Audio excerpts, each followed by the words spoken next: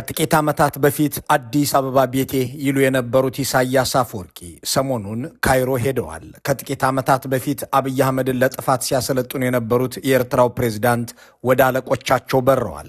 ከጥቂት ዓመታት በፊት በኢዮቤልዩ ቤተ መንግሥት በቀይ ምንጣፍ ብቻ ሳይሆን ቀለበት በማሰርም ብቻ ሳይሆን ኢሱ ጭሱ በሚለውም ዘፈን ብቻ ሳይሆን ፈንዲሻና ቆሎ በማዘገንም አቀባበል ይደረግላቸው የነበረው የሻዕቢያው አለቃ በፈርዖኖች ሀገር የተደረገላቸው አቀባበል እንደ አዲስ አበባው ቅጥ አምባሩ የጠፋበት አይደለም። ከጥቂት ዓመታት በፊት አብይ አህመድ ወላሂ እያሉ ለግብፁ ፕሬዝዳንት በማሉበት አትሮኖስም ላይ ቆመውበት ታይተዋል። እንዲህ ያለው የኢሳያስ ጉዞ ባለፈው 8 ወር ለሁለተኛ ጊዜ የተካሄደ ነው።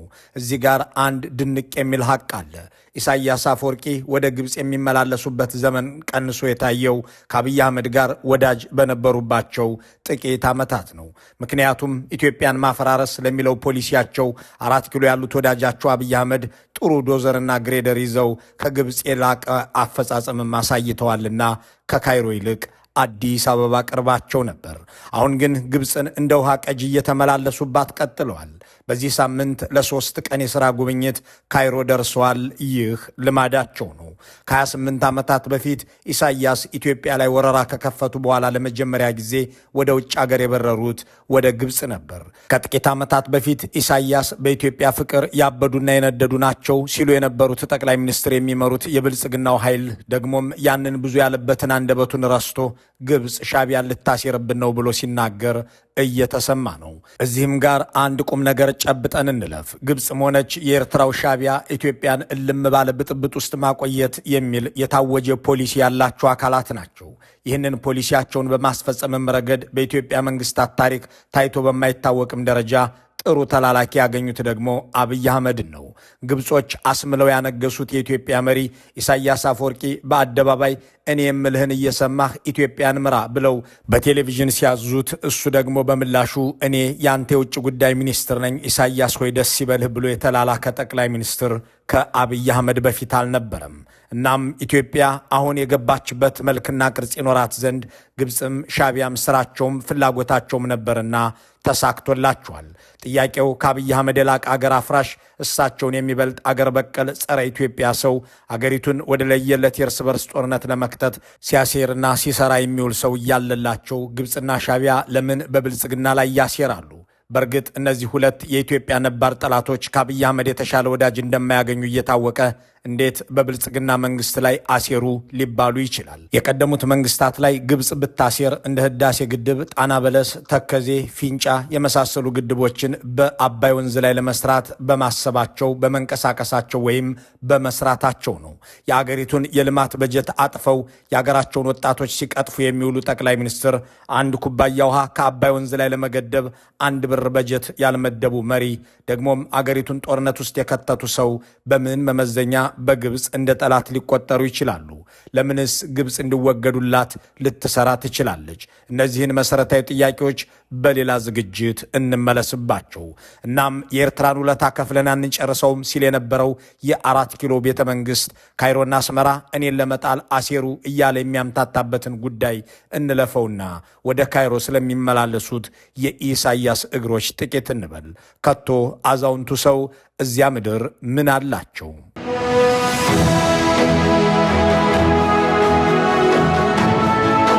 ኢሳያስ አፈወርቂ ወደ ካይሮ ሄዱ ከተባለ የሰላምና የልማት አጀንዳ ይዘው አይደለም። በሁለቱ ሀገራት መካከል የሚያገናኝ የጋራ ኢኮኖሚ አጀንዳም የለም የሚለውን ድምዳሜ ለመያዝ ከሚያስችሉን እውነታዎች መካከል ኤርትራና ግብፅ የንግድ ልውውጣቸው በዓመት ከ1 ሚሊዮን ዶላር የማይበልጥ መሆኑን ስናስተውል ነው። $1 ሚሊዮን ማለት አዲስ አበባ ውስጥ የአንድ ደህና መኖሪያ ቤት ዋጋ መሆኑን ልብ እንበል። ይህ የንግድ ልውውጥ የሚባለው ደግሞ ግብፅ ለኤርትራ የምትሸጠው ነዳጅ፣ የፕላስቲክ ምርትና ጸረ ተባይ መድኃኒት እንጂ ኤርትራ ወደ ግብፅ የምትልከው ቤሳቢስቲን የላትም።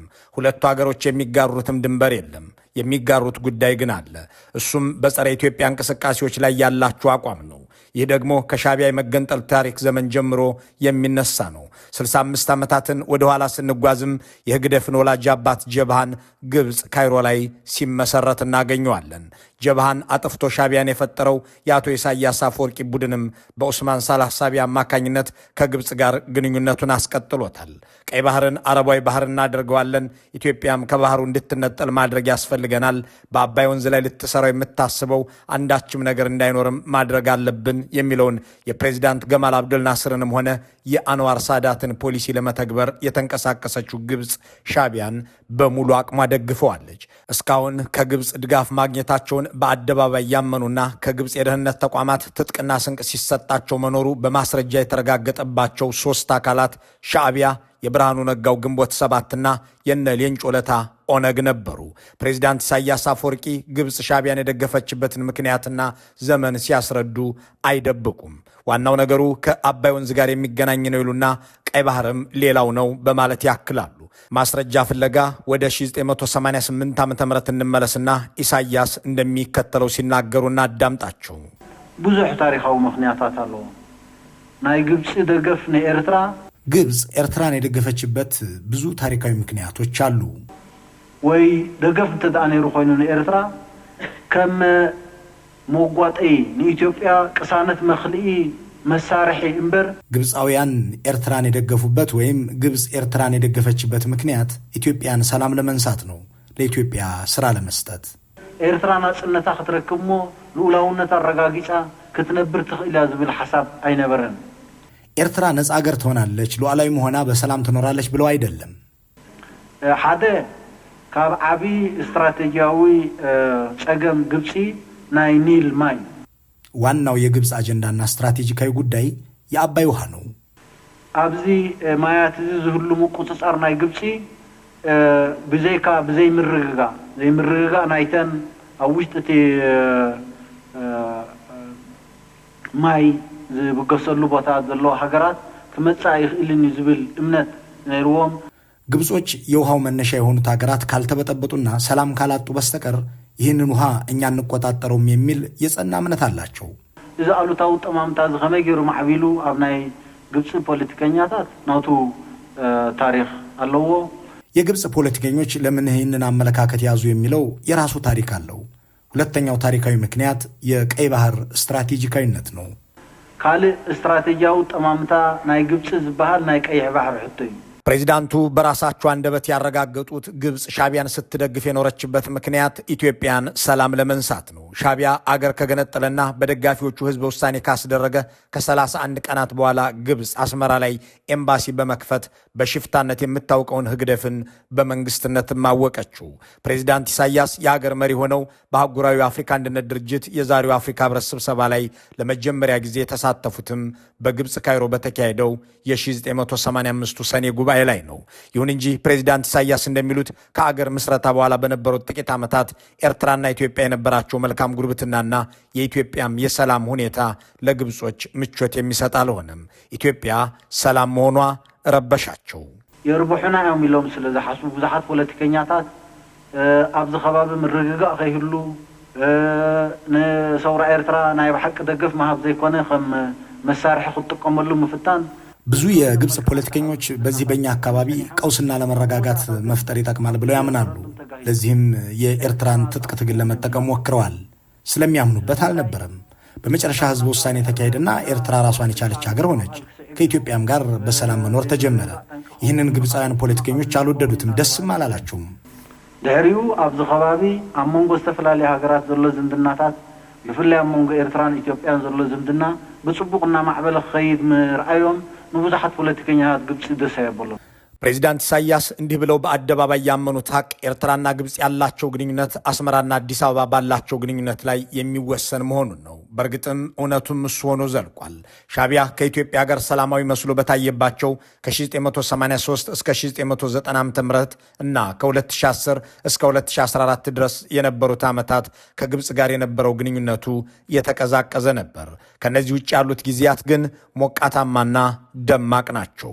አቶ ኢሳያስ ከነጻነት በኋላ በነበረው ዘመን ከኢትዮጵያ ጋር የነበረው ሰላማዊ ግንኙነታችን በግብጾች አልተወደደም ያሉትን ሐሳብ በሚደግፍ መልኩ በ1990 ሻቢያ ኢትዮጵያ ላይ ወረራ ሲከፍት ግን ግብፅ ድጋፏን ይዛ ለመዝመት የቀደማት አልነበረም።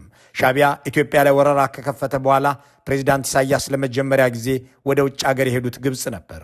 ከጦርነቱ ማብቃት በኋላም በአማካኝ በዓመት አንድ ጊዜ ወደ ግብፅ ይሄዳሉ። ህዳሴ ግድብ ከተጀመረ በኋላ ደግሞ በአማካኝ በየ6 ወሩ ተመላልሰዋል። ህዳሴ ግድብ መገንባቱን የተቃወሙ ግብፅ ያቆመቻቸው ኃይሎች ደግሞ የብርሃኑ ነጋው ግንቦት 7፣ የዳውድ ኢብሳው ኦነግና ራሳቸው ኢሳያስ አፈወርቂ ናቸው። የግንቦት 7 ልሂቃን ኢሳት በተባለው ቴሌቪዥን አባይ ወንዝ ህዳሴ ግድብ እንዲገነባበት እንፈቅዳለን ወይ እያሉ ሰልፍ ሲጠሩ፣ ኢሳያስ በኦኤምኤን ቴሌቪዥን ደግሞ የህዳሴ ግድብ በመለስ ዜናዊ የተጀመረው ግብፅን ለመጉዳት እንጂ ለኢትዮጵያ ህዝብ የሚጠቅም ፕሮጀክት አይደለም፣ ግብፅን እንደግፋለን፣ የቅኝ ግዛት ህጉ ትክክል ነው ሲሉ ነበር። I will tell you a story. I've never said it public. 1993 አንድ ተናግሬው የማላውቀውን ነገር ልንገራችሁ። በ1985 ዓመተ ምህረት ለመጀመሪያ ጊዜ በአፍሪካ አንድነት ድርጅት ስብሰባ ላይ ለመታደም ካይሮ ነበርን። ከዚያ ጠቅላይ ሚኒስትሩ ስለ አባይ ወንዝ ግብጾችን ላወራቸው ፈልጋለሁ አለኝ። በዚህ ሰዓት ነው የግብፅን መሪዎች ስለ አባይ የምታወራቸው? ገና እኮ 1 እና 2 ዓመታችን ነው። ሌሎች የምንሰራቸው ብዙ ስራዎች አሉ። አያስፈልግም፣ ስለ አባይ ወንዝ ማውራት አያስፈልግም አልኩት። እሱ ግን ሄዶ የአገሪቱን 2ኛ ሰው አነጋገረ። ከዚያ በጣም ተናደደና መጣ። ምን ሆንክ አልኩት። አይ ሰውየው ስለ አባይ የምታወራው አንተ ማነህ ብሎ እኮ ተናገረኝ አለኝ። ከዚያም ቀጠለና አሳያችኋለሁ፣ አለቃችሁም፣ እቀጣችኋለሁ ብሎ ዛተ። የዚህ ህዳሴ ግድብ ሐሳብ የመጣው በ1985 ዓመተ ምህረት ነው። እሱም ግብፅን ለመቅጣት ነው። ይህ ለኢትዮጵያ ልማት ተብሎ አይደለም። ኤሌክትሪክ ማመንጨት 5000 1000 ምናምን ሜጋዋት የሚባለው ትርጉም የለውም። ግብፅን ለመቅጣትና ለመበቀል ነው። to punish Egypt. It's not meant for the development of Ethiopia. It's not meant for the benefit of Ethiopians. Electricity, 5,000 megawatt or 100,000 megawatt, doesn't matter. But በነገራችን ላይ ዛሬ የኦህዴድ ብልጽግና የፕሮፓጋንዳ አፍ በሆነው በኦኤምኤን ከ9 ዓመታት በፊት የተነገረውን የኢሳያስን ይህንን መልእክት አብይ አህመድም ቃል በቃል ደግመውታል። ለፖለቲካ ፍጆታ ተብሎ የተሰራ ከግብፅ ጋር የሚያጋጨን ፕሮጀክት ነው፣ በ10 ዓመትም አያልቅም ብለው በ2010 ዓ.ም ክረምት የዩኒቨርሲቲ ፕሮፌሰሮችን ሰብስበው ሲናገሩ ተጨብጭቦላቸዋል። ካይሮን አብዝቶ የሚመላለሱባት ፕሬዚዳንት ኢሳያስ ወደ ግብፅ ያልሄዱት ከሙባረክ መውደቅና ከሙርሲ መፈንቀል በኋላ በነበሩትና እያንዳንዳቸው አንዳንድ ዓመት የቆዩ ጊዜያዊ መስተዳድሮች በነበሩባቸው ዓመታት ብቻ ነው። ሆኖም እሳቸው መሄድ ባይችሉም አስመራ ድረስ እየሄዱ የሚያዟቸውን የግብፅ ሹማምንት ማስተናገዳቸውን አላቆሙም። የግብፅንና የኤርትራን ግንኙነት በማስመልከት ሰፋ ያለ ሀተታን ያወጣውና በካይሮ ከሚነበቡ ጋዜጦች አንዱ የሆነው ይህ በምስሉ ላይ የምትመለከቱት ኢጂፕት ቱዴይ ሻቢያውያን አገር እንዲገነጥሉ ከተደረገው ድጋፍ እስከ 1990 የኢትዮጵያ ወረራ ድረስ የነበረውን ታሪክ ከ6 ዓመታት በፊት እንዲህ ሲል ተርኮት ነበር። ግብፅ የኤርትራን የመገንጠል እንቅስቃሴ ከደገፉ ቀዳሚ ሀገራት አንዷ ነች። በ1954 በካይሮ በተከፈተ የሬዲዮ ጣቢያ የኤርትራ ታጋዮች እንዲጠቀሙበት ከማድረግ በተጨማሪ ቻሪታብል ኦርጋናይዜሽን ፎር ኤሪትሪያንስ በሚል ስም ኤርትራውያን በግብፅ እንዲደራጁ ተደርጓል የሚለው ጋዜጣው ከመገንጠል በኋላ ኤርትራን እውቅናን በመስጠት ረገድም ግብፅ ከቀዳሚዎቿ እንደሆነች ከ1990 እስከ 1992 በቆየው ኢትዮጵያና የኤርትራ ጦርነትም ግብፅ ወሳኝ ሚና ተጫውታለች። ባጭሩ ግብፅ የኤርትራ ትግል መወለጃ አገር ብትባል ይሻላል እያለ ይቀጥላል። ይህ የግብፅ ጋዜጦች እምነት ብቻ ሳይሆን መሪዎቻቸውም የለፉበት ውጤት የሚያስመዘገቡበት ስራ ነው። የኤርትራው ፕሬዝዳንት የግብፅን ጥያቄና ጥቅም ወግነው በመቆም የሚታወቁ ነባር ባለውለታ ናቸው። የአፍሪካ ህብረት መቀመጫ ከኢትዮጵያ እንዲነሳ ጋዳፊና ሙባረክ ሲያስተባብሩ ድጋፍ ከሰጡ የምስራቅ አፍሪካ ሀገራት መሪዎች መካከል ብቸኛው ኢሳያስ ናቸው። በኢትዮጵያ ፍቅር የነደዱ ናቸው፣ ኢሱ አንበሳ ናቸው እየተባለ ሰልፍ የተወጣላቸው የተነገረላቸው የኤርትራው ፕሬዝዳንት ጸረ ኢትዮጵያ አቋማቸውን ከግብፅ ጋርም ያላቸውን ጥምረት አጓድለው አያውቁም። በ2005 ዓ.ም የበጋ ወራት የግብፅ ፕሬዝዳንት የነበሩት መሐመድ ሙርሲ የአገሪቱን ፖለቲካዊ ድርጅቶች ቤተ መንግስት ውስጥ ሰብስበው ስለ ህዳሴ ግድብ ሲወያዩ ኢትዮጵያን በጦር መውጋት እንደሚገባ፣ ይህ ካልሆነም ማተረማመስ አስፈላጊ እንደሆነ፣ ይህንን ለማድረግም እንደ ኤርትራ ያሉ ጎረቤቶችን መጠቀም እንደሚያስፈልግ ሲነጋገሩ በቀጥታ ስርጭት በቴሌቪዥን ተላልፏል። ይህንን የግብፃውያንን ውሳኔና መፈክር ደግፎ የተገኘ ብቸኛ መንግስት ሻቢያ ሲሆን ብቸኛው የአገር መሪ ኢሳያስ አፈወርቂ ናቸው። ከኢትዮጵያዎቹ ግንቦት ሰባቶችና ኦነጎች ውጭ ማለት ነው። ግብጾች ኢትዮጵያ ብዙ ወንዞች እያላት በአባይ ወንዝ ላይ ግድብ የምትሰራው እኛን ለመጉዳት ነው ሲሉ ኢሳያስም ይህንኑ ያስተጋባሉ። ይጨምሩበትምና ይህ ግድብ ለፖለቲካ ፍጆታ የተጀመረ ነው ይላሉ። ይህንን የአስመራንና የካይሮን አቋም አብይ እየደገሙት በ2010ና 2011 የመጀመሪያ ወራት ያስጨበጭቡ ነበር በየአዳራሹ። ግብፅ አስምላ ሻቢያ ደግፎት የተጀመረው የኦህዴድ ብልጽግና ኢትዮጵያን የማፍረስ ዘመቻም አሁንም አገርን እያደማ ቀጥሏል። ኢሳያስ ካይሮ ሲመላለሱም ከጥቂት ዓመታት በፊት ለአብይ አህመድ በሰጡት አሳይመንት ኢትዮጵያ እንዴት እየፈረሰች እንደሆነ የሥራ አፈጻጸማቸውን ከካይሮ አለቆቻቸው ጋር ለመገምገም እንጂ አብይ አህመድን ከስልጣን ለማውረድ አይደለም የሚያስብለውም ይኸው ነው። የግብፅና የኤርትራ ግንኙነት ቀዳሚ አጀንዳ ኢትዮጵያ መሆኗን ራሳቸው ፕሬዚዳንት ኢሳያስ ከማመናቸው በተጨማሪ በርካታ ማስረጃዎችም የሚቀርቡበት ቁም ነገር ነው። በ1990 ኢትዮጵያን ሲወሩ ግብፅ ሰራሽ መሳሪያዎች ተማርከዋል። ቀደም ሲል የጠቀስነው የሀገሪቱም ጋዜጣ ይህንኑ ጽፎታል። ከ1992 ዓ.ም ጀምሮ ባሉት 10 ዓመታት ፕሬዚዳንት ኢሳያስ በአማካይ በዓመት አንድ ጊዜ ወደ ካይሮ የሄዱ ነበር። በ1995 ግብፅ በአካባቢው ሀያል ሀገር እንድትሆን የሚያደርጋትን የውል ሰነድ ለኤርትራ አቅርባ ተፈራርመዋል። በ1997 ደግሞ ከፕሬዚዳንት ሙባረክ ጋር ተመሳሳይ ይዘት ያለው ኢትዮጵያ ተኮር የስምምነት ውል አስረዋል። ፕሬዚዳንቱ የህዳሴ ግድብ ግንባታ ከተጀመረ በኋላ ቢያንስ በዓመት 2 ጊዜ ወደ ግብፅ ይመላለሱ ዘንድ ቀጠሉ። በእርግጥ በአንድ ዓመት 3 ጊዜ የሄዱበትም ወቅት አለ። ፕሬዚዳንት ኢሳያስ ወደ ግብፅ ያልሄዱት ሙባረክ ከስልጣን ተነስተው ፊልድ ማርሻል ሙሐመድ ታንታዊ የጊዜያዊ መንግስቱ ፕሬዚዳንት በሆኑበት ወቅትና እንደገና በ2005 በግብፅ አመፅ ተቀስቅሶ የሙርሲ መንግስት ሲፈነቀል በነበሩት ጊዜያት ነው። እሳቸው ባይሄዱም ሹሞቻቸውን አላኩም ማለት ግን አይደለም። በዚህ በምስሉ ላይ የሚታየው የኤርትራ ማስታወቂያ ሚኒስቴር መረጃ የሚለው ይህንኑ ነው። በግብፅ ገና ጊዜያዊ መንግስት በተቋቋመ በጥቂት ወራት ውስጥ የግብፅ ጦር ኃይሎች ምክር ቤት ፕሬዚዳንት ለነበሩት ለመሐመድ ታንታዊ በአፍሪካ ቀንድ ዙሪያ አብረን እንድንሰራ እፈልጋለሁ የሚል ደብዳቤ አስይዘው ኡስማን ሳሌህን ወደ ካይሮ ልከዋቸዋል። የሙርሲ መንግስት ተፈንቅሎ በተቋቋመው የሽግግር መንግስት ውስጥ መሪ የነበሩት አድሊ ማንሱርም ተመሳሳይ መልእክት ከፕሬዚዳንት ኢሳያስ የደረሳቸው ሲሆን በወቅቱ በጻፉት መልእክትም ከግብፅ ጋር በአባይ ተፋሰስ ሀገራት ዙሪያና በአፍሪካ ቀንድ ጉዳዮች ላይ በጋራ መስራት እንፈልጋለን የሚል መልእክት ልከውላቸዋል። ይህንን የተቀበሉት ሐምዲ ሎዛ የተባሉ ወኪልም ወደ አስመራ ተጉዘው ውይይት አድርገው ተመልሰዋል። ፕሬዚዳንት ኤልሲሲ ወደ ስልጣን ከመጡ በኋላ ግን ኢሳያስ ወደ ግብፅ የተጓዙትን ያህል በኤርትራ ውስጥ ተንቀሳቅሰዋል ማለት አይቻልም። ፕሬዚዳንት ሲሲ ቃለ መሐላ ከፈጸሙበት ዕለት ጀምረው የአቶ ኢሳያስ መመላለስ ቀጥሎ ፕሬዚዳንቱ በስልጣን ዘመናቸው ሁሉ በብዛት የተጓዙት ወደ ግብፅ ሆኖ እናገኘዋለን። ለአብነት እንደ አውሮፓውያን አቆጣጠር ከ2014 ሰኔ እስከ 2018 ጥር ድረስ ባሉት ዓመታት ውስጥ ብቻ 12 ጊዜ ካይሮ ሄደው መጥተዋል። ይህ ማለት ቢያንስ በየ5 ወሩ ወደ ግብፅ ይበሩ ነበር ማለት ነው። በ2010 ዓ.ም የብልጽግናው መንግስት ስልጣን ይዞ ከሻቢያ መሪዎችም ጋር ግንኙነት ሲጀምር ግን ወደ ካይሮ ይሮጡ የነበሩት የኢሳያስ እግሮች አቅጣጫቸውን ወደ አዲስ አበባ ዞሩ። ካይሮን በፍጹም ዘነጓት። ኢትዮጵያን የማፍረስ አዋጅ ያላቸው ኢሳያስ ከግብፅ ይልቅ አብይ አህመድ ቅርብና ውጤታማ አጋር መሆናቸውን በሚገባ ተረድተዋልና የኢትዮጵያ ጓዳ ጎድጓዳም ተከፋፍቶላቸዋልና እዚሁ በአገር ልጅ የአገሩን በሬ ለማረድ እንዲሁ ተንቀሳቀሱ። ለመጨረሻ ጊዜ ወደ ግብፅ የሄዱት አብይ አህመድ ስልጣን ከመያዛቸው 3 ወራትን አስቀድመው ጥር 2010 ነበር። ከሐምሌ 2010 ዓ.ም ጀምሮ ጎጇቸውን 4 ኪሎና ዲሃሎ አደረጉ። ኒውዮርክ ታይምስ እንደጻፈው ኢሳያስ ኤልሲሲን ትተው ከአብይ አህመድ ጋር በድብቅና በይፋ 14 ጊዜ የተገናኙና ኢትዮጵያውያንን ለማስጨረስና ለማጫረስ መከሩ። የኢትዮጵያ መሪዎች በተረት ነው አገር የሚመሩት፣ ኢትዮጵያ 3000 ዓመት የኖረች አገር ነች የሚባለው ተረት ነው፣ ኢትዮጵያውያን እንዲህ ያለ ተረት ይወዳሉ እያሉ በታሪኳም በጥቅሟም በእሴቷም ላይ ሲሳለቁባት የነበረችውን አገር ለማፈራረስ ካይሮ ድረስ መጓዝ ሳያስፈልጋቸው ከግብጾች በላይ ፈጣንና ብርቱ የአገር ማፍረሻ መዶሻ የጨበጡ ተባባሪ 4 ኪሎ ቤተ መንግስት ያገኙት ኢሳያስ አቅጣጫቸውን ከሰሜን አፍሪካ እዚያው ምስራቅ አፍሪካ ላይ አድርገው ቀጠሉ። በእርግጥ ሁሉንም የኢትዮጵያ ገዢዎች ተግባር ስትመለከቱ ሁሉም በተረት የኖሩ ሆነው ታገኟቸዋላችሁ። አንዳንዴ 3000 ዓመት ታሪክ ያላት ሀገር ነች ያለችን ይላሉ። ኖሯቸው የማያውቅን ታሪክ እኮ ነው አለን የሚሉት። ተረት ነው ተረት። An achievement that was never there አቶ ኢሳያስ 3000 ዓመትም የላት ተረት ነው በሚሏት ኢትዮጵያ ውስጥ አየር ኃይሉንም ምድር ጦሩንም ህዳሴ ግድብንም እየጎበኙ 2 ዓመት ለሚጠጋ ጊዜ ቆዩ። ከጥር 2010 ወዲህ ለመጀመሪያ ጊዜ ወደ ግብጽ የሄዱት ያለ ልማዳቸው 2 ዓመታትን ቆይተው ከአብይ ጋር የዓለምን ውድ ጦርነት ለመጀመር በሚሰናዱበት 2012 ክረምት ላይ ነበር።